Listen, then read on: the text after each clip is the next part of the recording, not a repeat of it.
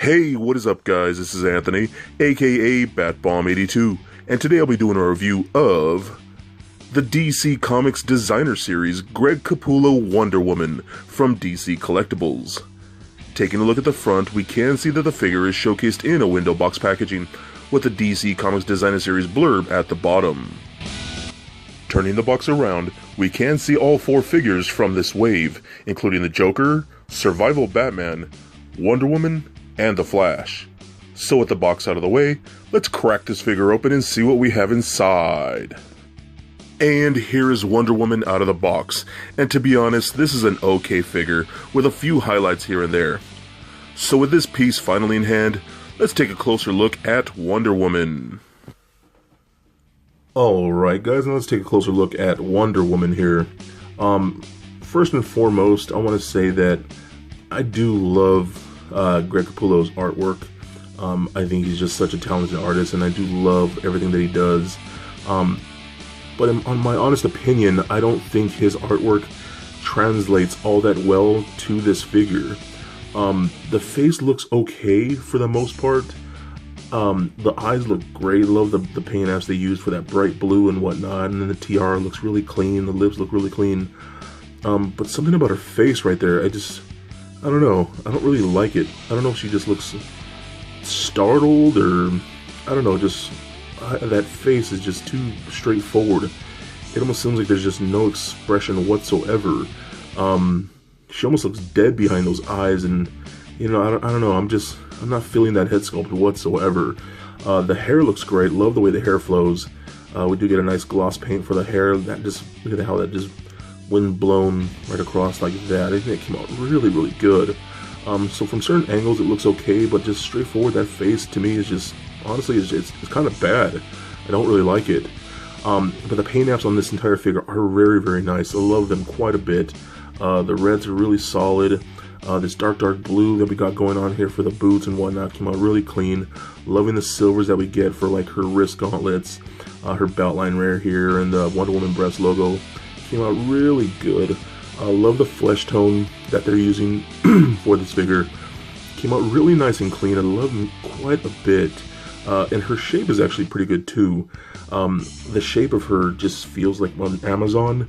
You know, she's both beautiful and powerful, so she doesn't really look weak and too thin and whatnot. She looks like she really hold her own, so that's really, really good. One thing that we do get is her golden lasso right here. This is actually actual string, and it does look like we can actually untie this if we wanted to and pull it out and have her hold it. So if you really wanted to do that, you could, and then it just has a little holster in there to get it out. If you really wanted to do that, you could, but I'm going to leave it in there. Then we do get her sword, which is her one, her one really only accessory. So there's a nice sheath right here attached to the leg, and it came out really cool. And it's just a plain silver, and it's a nice looking sculpt. It does feel like more of an Amazon type of sword, but it is just a one solid silver, nothing really extra on there like that. So she can hold it in the one hand right here, which is her right hand, and it's a little tricky because it actually is a really tight fit, but it holds very, very nice. I love how she holds in it. And to be honest, it feels a little small, but I guess that's kind of accurate for the type of weapons they would use.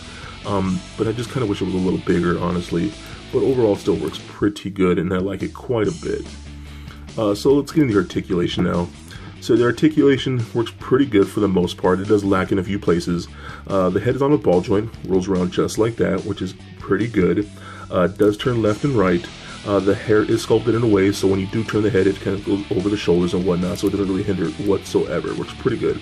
Looks up and down just a bit.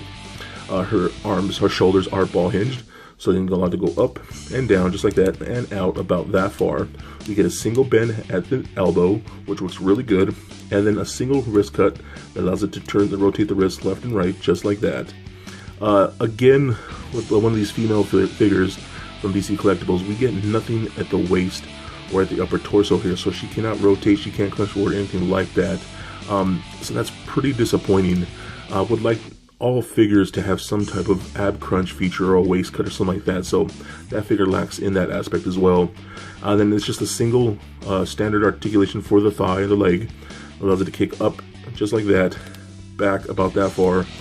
Can't kick out, no thigh cut or anything like that. Then we get a single bend at the knee, which works okay. And then we do get a boot cut in there, so rotate the whole foot left to right, just like that. And then nothing at the ankles.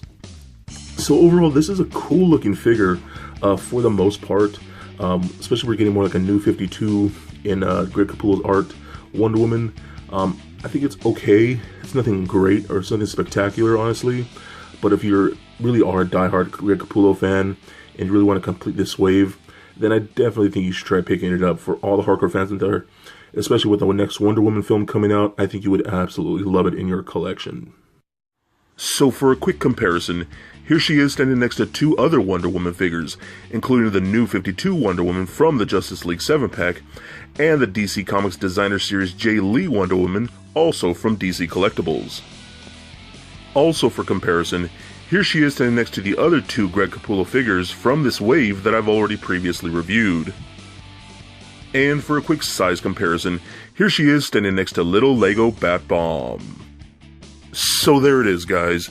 My review of the DC Comics Designer Series Greg Capullo Wonder Woman from DC Collectibles. And overall, like I said before, this is an okay figure. It lacks in articulation, and overall the head is just a little awkward. But if you're a diehard Greg Capullo fan or a diehard Wonder Woman fan, then this figure is definitely a must-get. So please comment, like, and subscribe. Stay nerdy, my friends. Peace.